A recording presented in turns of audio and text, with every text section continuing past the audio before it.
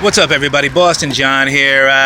By request from a few people, it's been requested that I record a video just kind of talking about my time here in Vegas. So I'm gonna record this video, give you like a little rundown, just skim over like the good shit. Some of it you've already seen on social media, some of it you haven't. So let's get started. All right.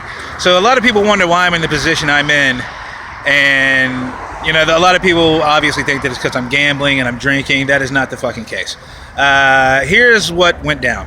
So I flew from Richmond, Virginia to Orlando, Florida. Everything went off without a hitch. Then I flew in Orlando. I had like a 3-hour layover. So I expected that, right? I expected the layover from Orlando to Vegas, 3 hours. So I went to a bar. I found it was a macaroni grill. They had like an $11 deal where you get a 16-ounce pint and a shot for $11. And I'm like, well, fuck, airport prices, that's a great fucking deal. So I had a couple rounds of that, enough to kill time. Met a couple people, a chick named Tanya. She's really cool. She's from Oklahoma. She's going to be out in Vegas in a few months with her husband. We're going to hang out, given that I have a situation, but that I may not be in Vegas for a little while, but everything's all good. So nevertheless, what happened is I go to the gate half hour before, the flight's supposed to take off like it's supposed to do. And when I get there, they're like, all right, it's delayed. And I'm like, delayed? I was like, for how long? They're like 3 more hours. And I'm like, well, fuck. I was like, all right, well, I'll go spend another, $25 for, drinks and tip up at the macaroni grill deal again. So I go back, have a few drinks. I come back, when it's time to get to board the plane, and the plane's there, everything's all good. I finally get to Vegas about 11:30 Vegas time. I was supposed to be here around 8 o'clock Vegas time. I get here about 11:30 p.m. Vegas time. So when I get here, from Richmond, I had booked 2 nights at the Hooters Casino, and I got a great price for the 2 nights, and it said on hotels.com, it said no resort fees, no deposits, yada yada. I'm like, sweet, I just got to kill a fucking deal. Of course, when I get to the desk at Hooters in Las Vegas, all that shit changes. Now there's a $100 deposit, $35 night resort fee, and I'm like, what the fuck? And I was like, no, that's not what it said. And I showed the paperwork. Long story short, I've never gotten refunded the money.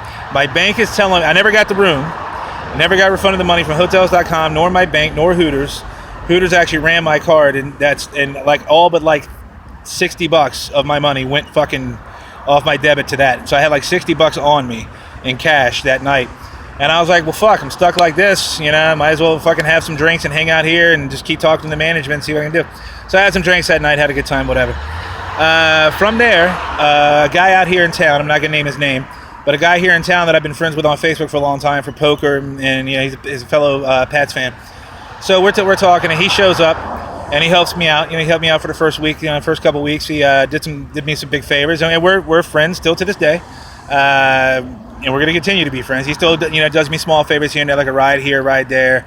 And I hang out with him. We chat a bunch on Facebook. So I stayed at a hostel for the first few weeks. That was pretty cool. The hostel was really cool, atmosphere. A bunch of foreign people. Like the first week, there was a lot of Australians. The second week, there was a lot of Germans. And then it was like the French just fucking took over. Like a bunch of French people came and just stayed.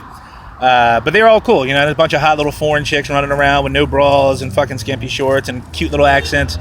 And honestly, you can't fuck at the hostel. I mean, you can, but you can't. And believe me, I wanted to nail a couple of these broads for real. Like, I was like, man, they're young, they're fucking energetic. You can tell how enthusiastic they are about, like, doing some shit. I was like, man, I could really use a good fucking nut now, too. But anyway, I didn't end up fucking with any of them. But then I got the job. I got the job in like 3 days. So I got hired. Like, it was the first place I went to and applied to. I applied to a few places. But the first place I applied to, I talked to him on the phone before I came from Virginia to Vegas. And so I get the job, and at first the job is cool. It's like, all right, it's X amount of dollars an hour. It's Monday through Friday with some Saturdays, I'm like, fucking sweet, right? This is cool. And it's direct deposit, goes right on my card. I don't have to run around, do a check cashing and all that bullshit. So I worked there for about a month and a half, and it got weird toward the end because I had a situation where my shit, I'm sure most of you saw, where I had some of my shit, my work stuff, got jammed up in a coat check under somebody else's name with their stuff. And then I couldn't find the fucking guy for almost a week. And in that week, I got my stuff back. I had called my boss, the owner of the company. First I texted him. I said, do you know anybody that works at Golden Nugget, any bigwigs? He's like, yeah, I'm familiar with them. And then I said, may I call you? And he said, sure. So I called. And when I talked to him, I explained the situation. I was like, do you have any ideas or suggestions of how to handle this situation? He literally said, your problem, not mine, and hung up. And right then I was fucking pissed. So a lot of you know that's the story to that. And then I went to the shop. I had my laptop bag there and a bag of work clothes there. Not my work boots and work shoes, but clothes. like t-shirts, company shirts and shit, and some changes of underwear and sweat towels, deodorant. So I went there and got my shit and fucking packed it up and turned in my hard. I didn't turn in my hard hat. I just left it in the locker. But then I left, and I left the shop. And then later that week, I said, I called up there that day, talked to the owner's wife, and I said, look, here's my situation. I can't come to work until I have my work stuff. I can't afford to go. I'm not going to go out and buy a pair of $15 shoes to work in. They'll be destroyed a day. And I can't afford to go buy $80, $100 boots and shoes right now to work in. So when I get my stuff back, I don't know. I didn't know if I was going to be going to Utah that week for work or not. Nobody had told me anything, not even all the way up to the day of. So I was just like, well, I have the feeling something weird's happening anyway. And then when I got my stuff out of the coat check, I called up there and I talked to the owner and I said, yeah, so I got my stuff out of the coat check. When do you want me to come back to work? And he pretty much told me, you're no longer employed. And I was like, okay, well, that fucking sucks, So they gave me a little bit of runaround with my last check, which I did eventually get. I got it the day I was supposed to get it. I just didn't. I had to do a lot of running around and shit for it. But I got all that out of the way. So then I get fired that week. That same week, the day I get paid, the fucking day I get paid, I get a storage unit, I pay for my month bus pass, all that good shit. And then I go to Walmart and I get like a fucking camping mat, and I didn't buy a tent because the only ones they had were like $80, and I just wanted one of the like $30 deals, a little single man tent that I can carry around. Because on nights where I didn't have a place to sleep, like indoors, I was looking to fucking go set up the tent with a little camping mat and a sleeping bag and a pillow, and just camp out for the night, take the shit back to the unit in the morning, go on about my day. So I bought a backpack because I didn't have shit to carry my stuff around in. So in the backpack, remember, this is the day I bought it. In the backpack, I had my laptop, one of my laptops, a bunch of phone chargers, USB cords. My jewelry was in it because I was at a pool that day, so I took all my jewelry and shit out. I have all my players cards in there with $80 cash in this little case that I got, and I just kept all that together like da-da-da. My jewelry was in it, like my rings, my bracelet, my watch, a coin that a buddy of mine gave me. That's irreplaceable. My missing tooth was in there because I was saving. This first tooth I lost as an adult, so I was saving that. And surprisingly enough, I've been elbowed and punched and headbutted so many fucking times and hit with shit. I'm surprised it's the first time I ever lost a fucking tooth. So I had all that shit in the bag, and we were hanging out, and then I go to a McDonald's. We go to McDonald's. We're sitting outside eating McDonald's. I had the bag to my left. We're joking around and shit, and just somehow, some way, it fucking disappeared. And I was like, you gotta be fucking kidding me. Now, I've been walking the streets a lot and talking to homeless people and talking to people around, like, man, I know I'm not gonna get my shit back, but I want to know who fucking took my shit. And people, you know the story. You've been watching. So that happens in the same week. So now that's a double whammy. So then I'm down to nothing, and I got to get a new lock for the storage unit because the keys that I had were in the fucking backpack that got taken. So they waived the fee. They were cool at the storage unit. They waived the fee, cut the lock, yada yada yada. And I put new locks on. A buddy of mine gave me a lock, a good one to use. I got to give it back to him when I'm done with the unit, but that's not or when I buy a new lock. So all that shit's going on, and let's see, that was actually just last Friday. Now I'm thinking about it. So this whole week goes by, helping a dude out from the hostel, and this is wild because the dude at the hostel, I figured him out pretty early, and I'll put it like this: he's a guy who's really cool to drink with and to hang out with on a social level, but when it comes to anything beyond that, he's a straight fucking shithead. I'll give you an example. Somebody out here shot me money on PayPal, and they shot me $100, and they're like, here, take this, find a place to sleep for a few nights, do what you got to do, just here. And I said, dude, thank you, I'll get it back to you as soon as I can. He's like, no, don't worry about it, just pay it forward, do it for somebody else down the road. I'm like, cool, that's really good. I like that. I try to pay it forward all the time. So what I did was I helped the guy out at the hostel with some of the extra money that I had after paying for a few nights at the hostel with that $100. I had about $22 left, and I was like, he was complaining he was selling beer and water on the strip, which is illegal if you get caught, but it can be very beneficial apparently. I haven't tried it myself. I've gone with him a few times, but I haven't actually indulged. I was just playing lookout and stocking up shit for him. So so I'm asking him, he's like, man, he's complaining, he's like, man, I don't have money, I need to get water, get started, I need to get a bag of ice, da-da-da.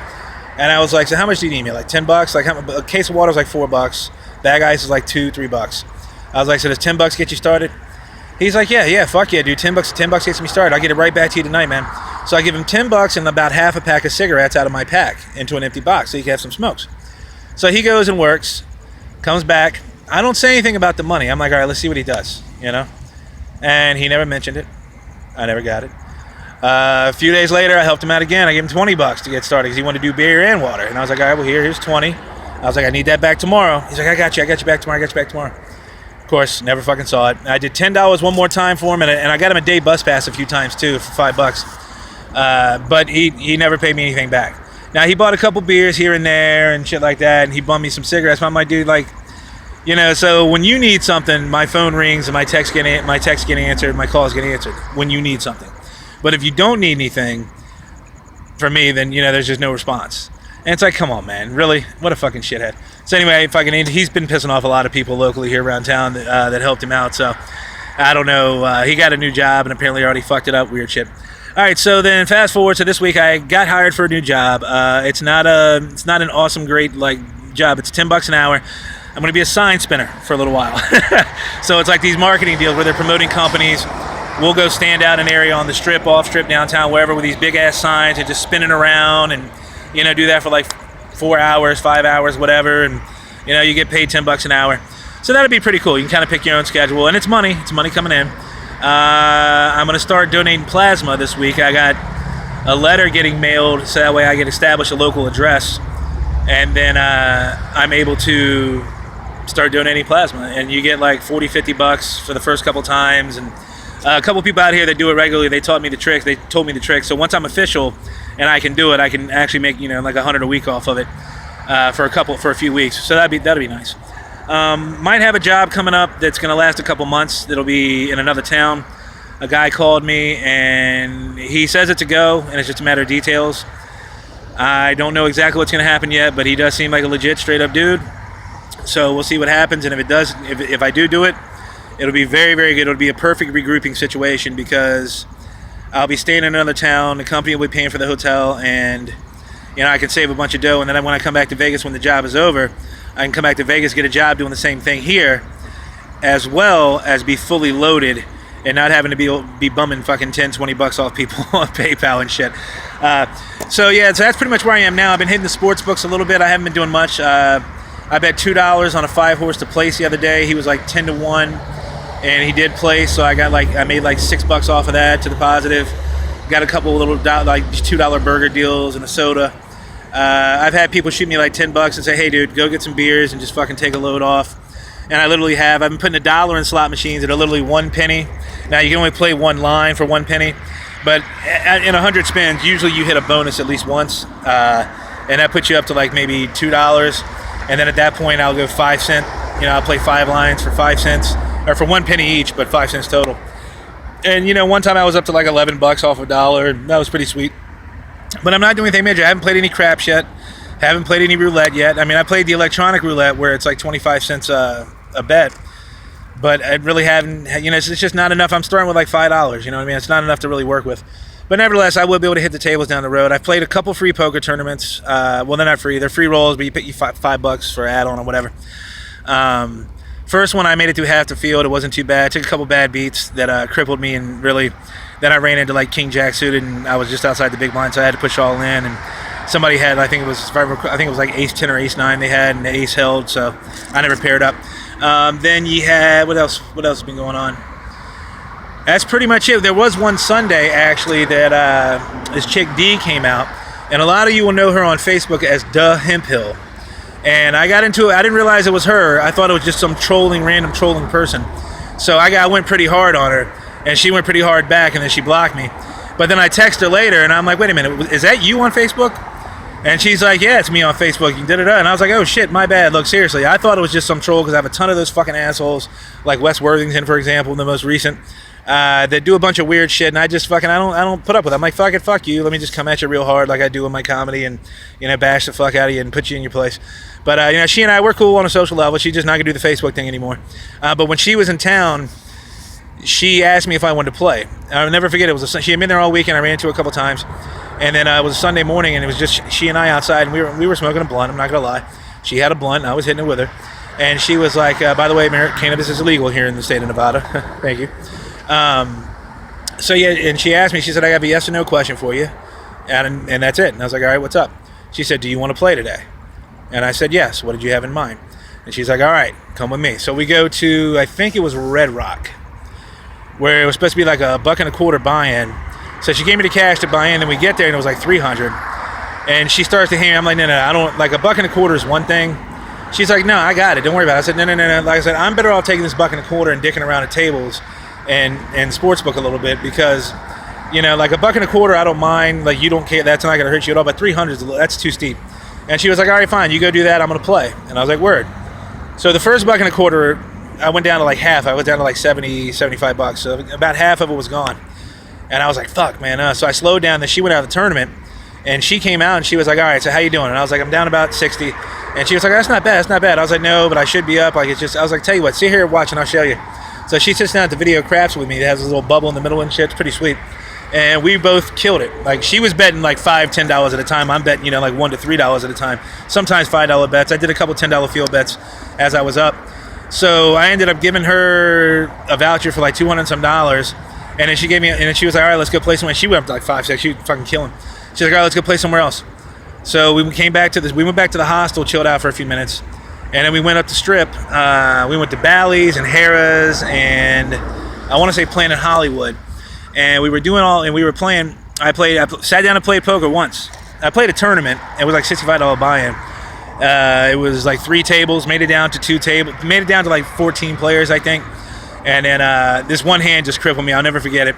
So I had ace jack suited, and this guy moves, and I'm just outside the blind, so I just limp. I'm hoping somebody will raise so I can re-raise. So nobody raises until it gets back to the big blind, and then he raises like 3 times the blind that he would already put in, and I'm like, all right, well, I'm all in. And he's like, that's not really nice, but he's like monster stack, so he calls. He had 6-4 offsuit. Wouldn't you know it, the motherfucker flops a 4, and I never see an ace or a jack or whatever. Well, I think I had ace jack, so I never saw an ace or a jack. So the 4s hold, crippled my stack. I had him covered, but it crippled my stack. I was down to like 4,000 or 5,000. Blinds are 2 and 4. It's like, all right, well, this is fucking, you know. So I ended up busting out of that. So I went out to have a cigarette, and she came outside, and she handed me a bill, and she's like, go do your thing. She's like, I'll call you when I'm done. And I'm like, word. Hit big on a slot machine for like $400. Of course, I'm giving her the money, because she ended up paying for a couple weeks for me in the hostel in exchange. And I was straight up with her. I didn't pocket any money. I think I found like $26, $27 in my back pocket at some point in vouchers. And she was like, don't worry about it. But she paid for a week, just over a week for me in the hostel. So I figured, hey, fair. You know, that's fair. That gets me a week, you know, where I can go to work and not have to sleep in the street. But that's the only time we did play one cash game where I bought in for 100. And I got up to like 250 pretty fast. I had a couple big pots. And then I tried to bluff a few pots, caught with my hand in the cookie jar, took it back down to about 50 or 60, and I just went ahead and picked it up, went to hand it to her. She's like, nah, go ahead. Like I said, do your thing, you know. We ended up playing for probably a good solid 26, 27 hours. And of course, I was drinking the whole time too. I'll tell you the story about that later. I pissed myself a little bit in the bathroom because the lines were long, and I'm trying to go like there's nobody. Anyway, it's a long story. But then I went out in the heat, and it just dried up, and like she's laughing. She's like, oh my God, really? I was like, it's gonna fucking dry. I was like, I can't wash it in the bathroom sink. And I was like, I'll go back to the hostel and change shorts and shit. I was like, it was an accident. It's not because I'm drunk. It's because I've been drinking. I had to piss, and this shit happened. Anyway, so that brings us up. That was a Sunday, like a couple months, about a little over a month ago. So now I got the new job starting. I've had a lot of people help out by throwing me a few bucks here and there. It's greatly appreciated, and I'm definitely making good use of it. Got some friends coming into town in the next few weeks, and I'm going to hang out with in person. And you know, it's been a ride, man. I meet a lot of locals now that I'm local. Like I'm meeting the right ones, like the ones that are here all the time, the ones that work in the casinos, casino managers, yada yada. So when I come into certain casinos and I go to the VIP area and I get like the little snacks that they have, I fill up a little cup with snacks. You know, a cup of coffee, cup of Joe. They don't mind. I'll top off my water bottle. They're cool with it. They're like, hey, what's up? What's going on? You know, yada yada. The bartenders, I crack a few jokes for them, like the hippo joke. That's always a winner. They got to chew before they swallow. You know, when you have a high sperm count, shit like that's another good joke. The UFO joke, a lot of good stuff. So I haven't hit any open mics for comedy yet. I'm looking forward to doing it. I'm just not in a position to do that quite yet. But once I am, you know, there's been a few people on Facebook that have hit me up like, hey man, let me know. I'll buy you a beer. And I'm like, all right, it's fucking sweet. You know, as soon as I can do it, you know, I want to make sure that all my ducks are completely in a row, which they almost are now. Even though I'm still on the street, I still have everything is secure now. So the poker stuff got stolen from the old job. That's a whole other video.